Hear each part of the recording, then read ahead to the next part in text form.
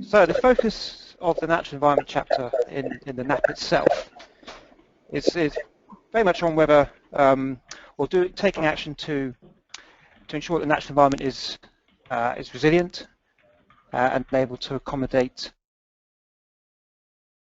And so that's really the focus. So our evaluation of the progress that's being made with adaptation for the natural environment is effectively, are we seeing actions being taken which are reducing the vulnerability and increasing the resilience of the natural environment and all the different types of assets, natural assets that form the natural environment, so different types of habitats, species, ecosystems, etc. So the adaptation priorities that we identified, I'm just trying to change the slide, but there's quite a delay. Let's bear with us. The adaptation priorities that we identified were, well, there were 6 of them, and they were very much influenced by the Lawton Review. And for those who don't know, the Lawton Review was commissioned back in 2010, and basically it was assessing, for England anyway, whether the network of habitats and ecosystems that make up England's natural environment, just how resilient that network is to be able to accommodate these changes that we expect with climate change. And that's obviously changes around changes in water availability, changes in rainfall events, increased incidence of drought, sea level rise, of course, and higher temperatures, but also the more widespread changes in climate space, changes in the timing of seasonal events, potential increases in pests and diseases, which will all combine with existing pressures and that affect the natural environment based around population growth, economic growth, land use change, etc., to basically determine the vulnerability, the relative vulnerability of the natural environment and its ability to withstand and adapt to and potentially even benefit from some of the changes in climate that we expect to see. So we identified 6 priorities, as you can see on the screen, hopefully, based around these principles from Lawton around whether habitats and species are in a good enough ecological condition to be able to adapt, whether there's enough habitat, whether the extent of habitats is sufficient, and whether there are coherent networks, both physical connections between habitats, but more widely within the landscape, whether wildlife is able to make that transition and be able to respond to these changes, often gradual changes in climate space over the next few decades. So Lawton summarised it as bigger, better joined. And our priorities are based around those in terms of, first of all, understanding what's happening with the condition of key habitat types, so terrestrial habitats, woodlands, heaths, grasslands, wetland habitats, so peatlands, fens, marshes, and coastal. Happening with the condition of those key habitat types and the species that live among them. We're also interested in understanding what's happening with the condition of water bodies in England, so rivers, lakes, estuaries. Are they also in a good enough ecological condition to be able to withstand changes in water temperature, changes in pressures, etc., on the water environment? And as well as looking at specific habitats and water bodies, we're interested in that wider landscape, the wider farmed countryside, as we described it. And what's the condition there? So not looking at, say, that habitats like woodlands and grasslands, but the wider farmed landscape. Is that in an ecologically good enough condition for species to be able to make that transition with climate change? And we're not just focused on land, we're obviously very interested in what's happening in the marine environment as well, which clearly is very important for England in terms of the condition of our seas and species within them. So that's around condition. So the first 4 adaptation priorities focus on what's happening with condition, but also, as I say, we're looking at extent. So what's happening with the area of priority habitats? Is it increasing or is it reducing? Again, you'd expect to see it increasing if the habitats and networks that make up England's natural environment to be more resilient. And then what's happening with the coherence of ecological networks? Are we seeing action being taken to improve and plan for improving that coherence at a sort of landscape scale? So as you can see also on this chart, the NAP has a number of actions that are relevant to each of those adaptation priorities. And it's interesting, actually, perhaps more so this chapter than many of the others, that there are actually a number of existing policies and goals and aspirations that are already in place that may not specifically be about adaptation to climate change, but if they were to be delivered, would go a long way to improving the resilience of the natural environment to climate change. So, for example, a key one, which we mentioned in a few of these on this table, is the Biodiversity 2020 strategy for England. So, DEFRA's strategy.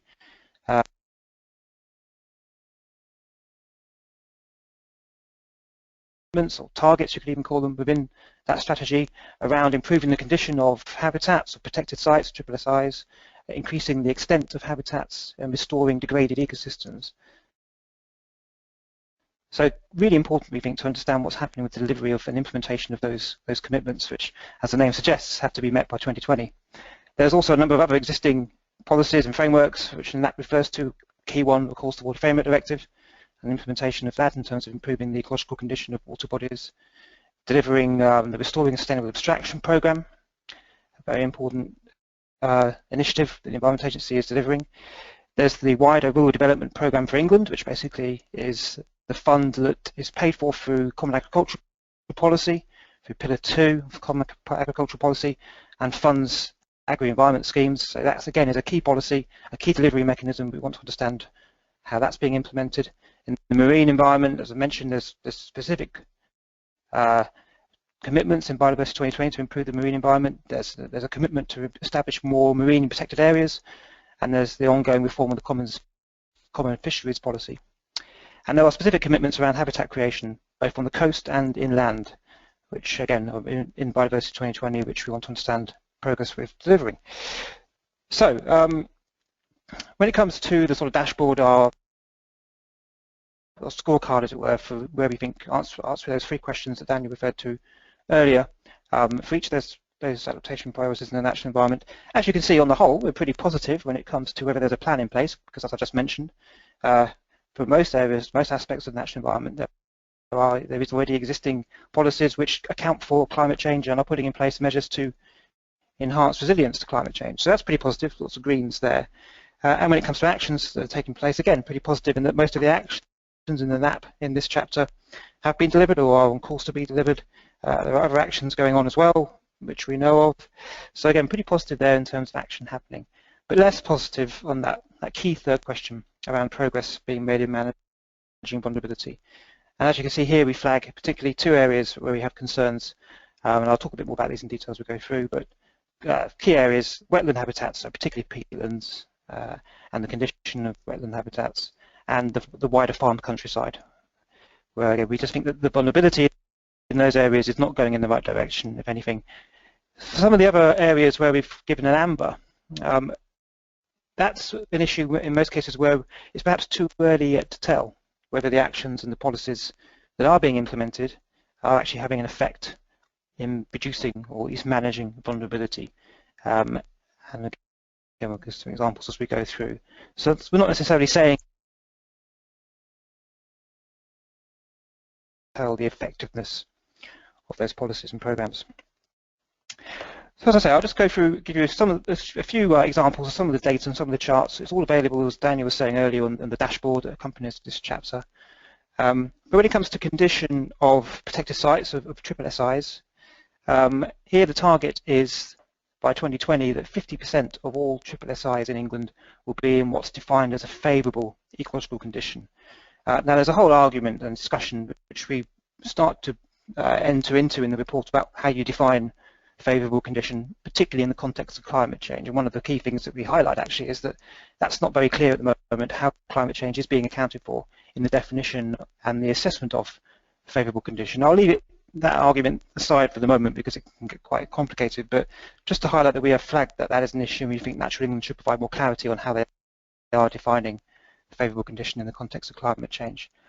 But as I say, that aside, when it comes to actually meeting this target of 50% of all SSSIs being in favourable condition by 2020, as you can see on this slide, the greens are the favourable condition, we're some way off. And in fact, if anything, things have got worse in the last few years, and the proportion of SSSIs in favourable condition has declined and is now about 38%, whereas it needs to be 50 if it's going to meet this target. So we question whether progress is being made there and whether we're on track to meet that target.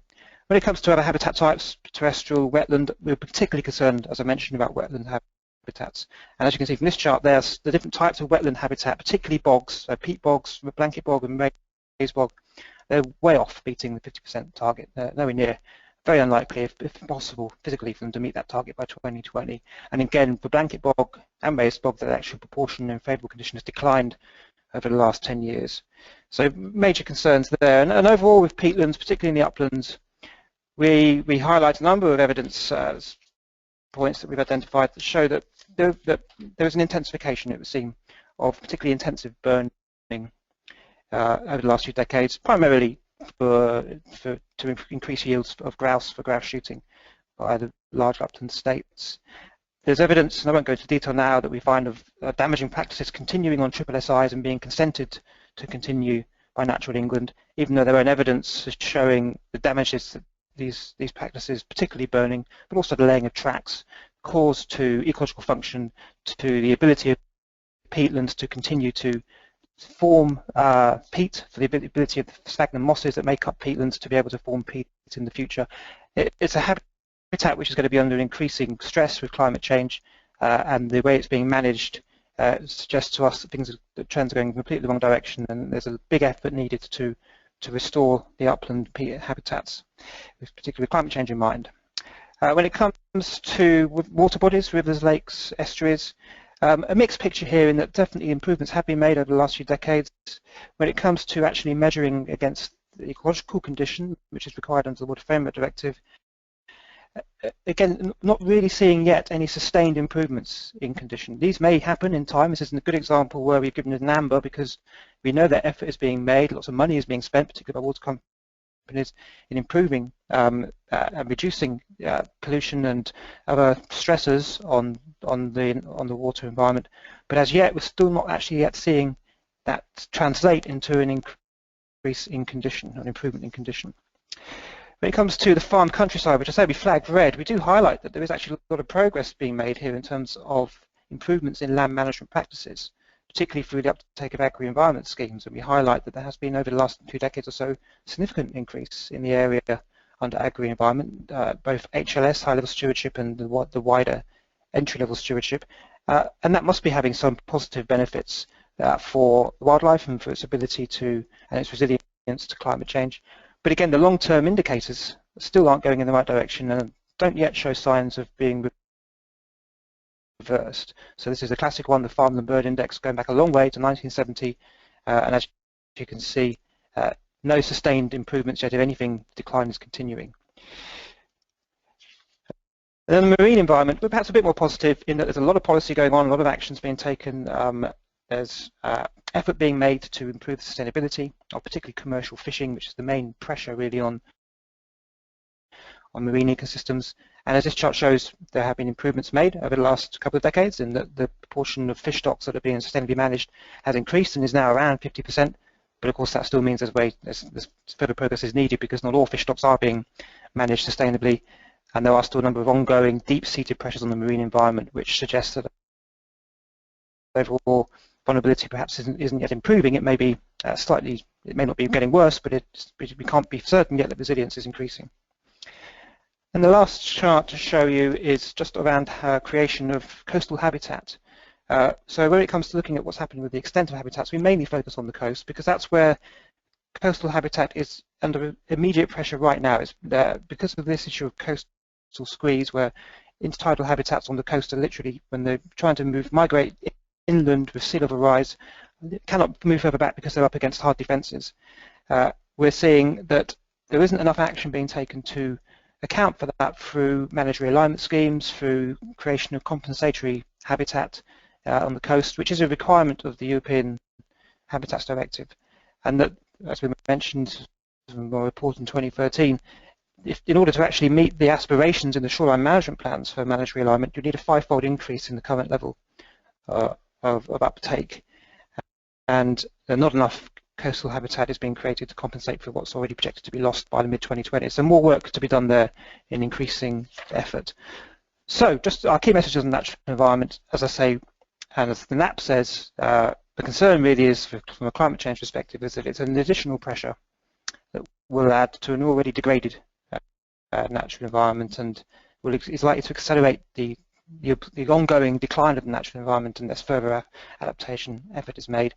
There is a lot of positive things happening, and we do stress those. There's, as I say, there's a strong policy framework in place in many respects.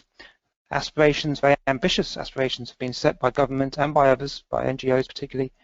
And if they're delivered, they'll go a long way. There has been effort made to improve the condition of sites over the last 10 years. There's been wide uptake of agri-environment schemes and a lot of action being taken to improve the water and marine environments. But in many cases, as yet, we're still not seeing that that's translating to actual improvements on the ground. It may do in time, but we're not yet seeing it. And we are, as I say, we flag concerns, particularly around whether those targets are going to be met around Biodiversity 2020, and concerns around how some habitats, particularly upland peats, continue to be managed in ways that are likely to be increasing their vulnerability and not reducing it. So, shall I crack on now straight to agriculture and forestry? Oh, sorry, and just these are the recommendations that we make, which are primarily for DEFRA, Natural England and Environment Agency. Okay,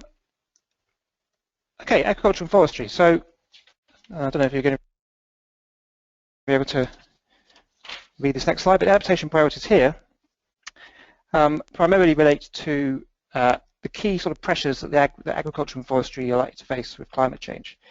And there are 6 in total. So a key issue when it comes to agriculture is how is water being used, what's the demand for water, because it's quite likely that in many parts of the country, particularly for cropping, that water could become a key constraint to continued production, or even potentially making use, benefiting from potential increases in temperature.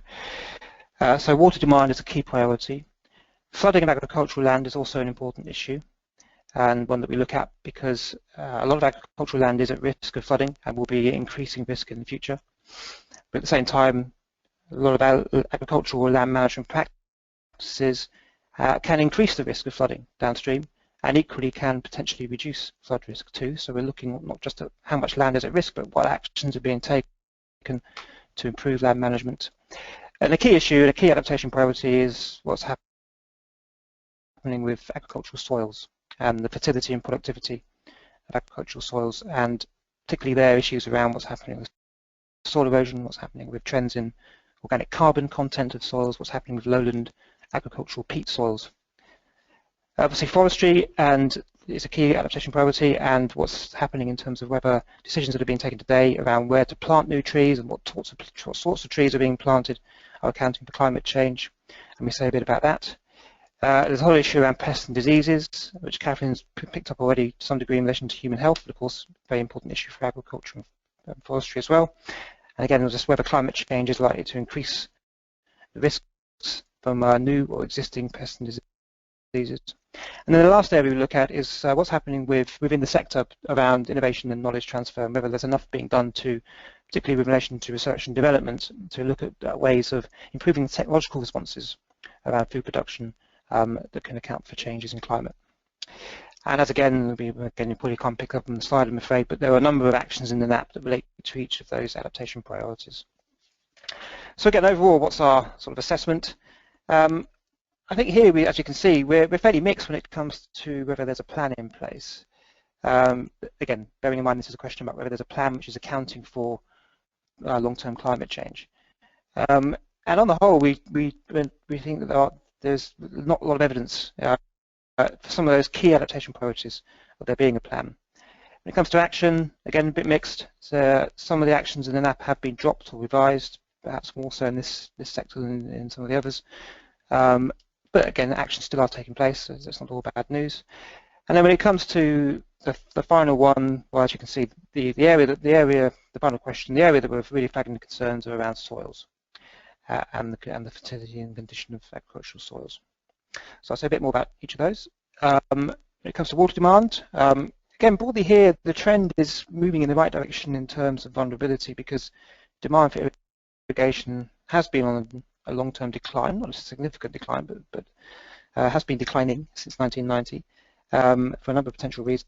So that's probably looking to be moving in the right direction in terms of vulnerability. It's likely to be declining, but we mustn't be complacent here, because it's quite possible that with changes in climate, changes in food production, that this could increase again in the future.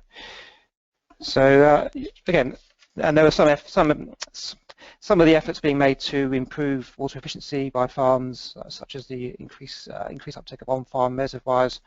There were barriers there which mean that uptake isn't quite perhaps as significant as we'd like to see. So a fairly mixed picture overall, pretty much amber. I'll say a bit more about soils because that's where we have some quite significant concerns. So the evidence is a bit mixed, but it does suggest through long-term monitoring of soil carbon stocks in agricultural soils that there has been a decline in soil organic carbon, so basically the carbon content of soils, which is very important obviously for its fertility and ability to grow crops. So there is evidence of a loss of soil organic carbon here, particularly in arable soils over time. And we raised particular issues, not in this chart so much, but particular issues around what's happening with lowland peat agricultural soils, primarily in the fens in East Anglia, but in other parts of the country too. But it's the fens in particular, a lot of which is grade 1, high-grade agricultural land, where a lot of very important currently for a lot of high-value cropping, so vegetables, potatoes, sugar beet, etc., where the rate of carbon loss is significant, and that's the observed rate, and we expect that to increase with climate change. Climate change will exacerbate that rate of loss, and it's likely, and we did some research at Cranfield University, which again is available as a technical annex on our report, suggests that it could be a matter of decades before the peat carbon in the fens is degraded to the point where a lot of that land won't be viable for the current types of agriculture. It won't be usable for high-value crops. So that's a potentially strategic issue for UK food production, which we just don't think is being given enough recognition, certainly in the map, but more widely by soils policy and agricultural policy more generally. So that's an issue that we think needs further investigation and consideration by government. We also looked at the risk of soil erosion because climate change could exacerbate soil erosion, particularly through rainfall events, heavy rainfall events. And we looked at whether that risk is likely to be increasing or declining at a national level by looking at different types of crops which we know to either be at high risk of soil erosion, like maize and sugar beet and potatoes, or crops which generally have a low risk of soil erosion, like oilseed rape. And here it's a mixed picture because nationally we've seen over, as this chart shows, over the last few decades, big increases in crops like oilseed rape and reductions in crops like potatoes and sugar beet, which would suggest overall that the risk of soil erosion perhaps is reducing and therefore vulnerability may not be going up. But at a localised level, we've seen, particularly in the southwest of the country in England, big increases in the area under maize, which I say is a very high risk crop when it comes to soil erosion, particularly when it's planted on slopes. So we're not being complacent there either. We think that the evidence suggests that there potentially could be a risk going forward, an increased risk going forward of soil erosion, and it's one that again we also think needs a bit more attention in terms of policy and action. When it comes to forestry, we're pretty positive on the whole that the sector is very clearly and transparently considering climate change, particularly in relation to the forest, the public forest estate. It's considering climate change in its long-term planting strategies. It's looking at increasing the range of species, which potentially should increase resilience. And also, as this chart shows, and this isn't just for the public estate, but across all woodlands, there's been an increase in the portion that are being actively managed, which again is positive because that's likely to suggest that an actively managed woodland is more resilient than a neglected woodland. So on the whole, pretty positive about what's happening with forestry. Pests and diseases, as Catherine said earlier, we don't really know enough yet to really be able to come up to a view or judgment about whether enough progress is being made in managing the risks there. I think that's one that we want to return to in future years. But lastly, just on agricultural research and development, here we do flag a few concerns that there has been a decline in both public and private spending on R&D. For example, in like drought resilient crops, that sort of thing, or flood resilient crops. So we think there, as a sector, more could be done. That's partly a role for government, but it's partly also a role, of course, for the sector itself. So key messages, just to summarise. As we say, there is potential for opportunities for agriculture and forestry with climate change, but that's only going to happen if issues around resource availability, particularly soils and water, are managed. And soils and water are resources which are particularly vulnerable to the impacts of climate change. There's a lot of positive developments going on. As I mentioned, demand for water is falling. There are ambitious goals, policy goals in place to ensure that all soils are being sustainably managed by 2030, and there are signs potentially that some of the risk is decreasing. But at the same time, also, as I say, the potential for it to be increasing in some areas, particularly with maize. We're pretty positive about forestry, as I mentioned, and there is an agri-tech strategy which has been launched, which potentially should go some way to improving this R&D and knowledge transfer that I was referring to. But as I say, there are a number of areas where we do flag concerns, and they're set out there. And I think the key one really is around soils and the fact that and our recommendation, in fact, for DEFRA on that is that they need to really set out how they're going to deliver this policy aspiration for all soils to be sustainably managed by 2030.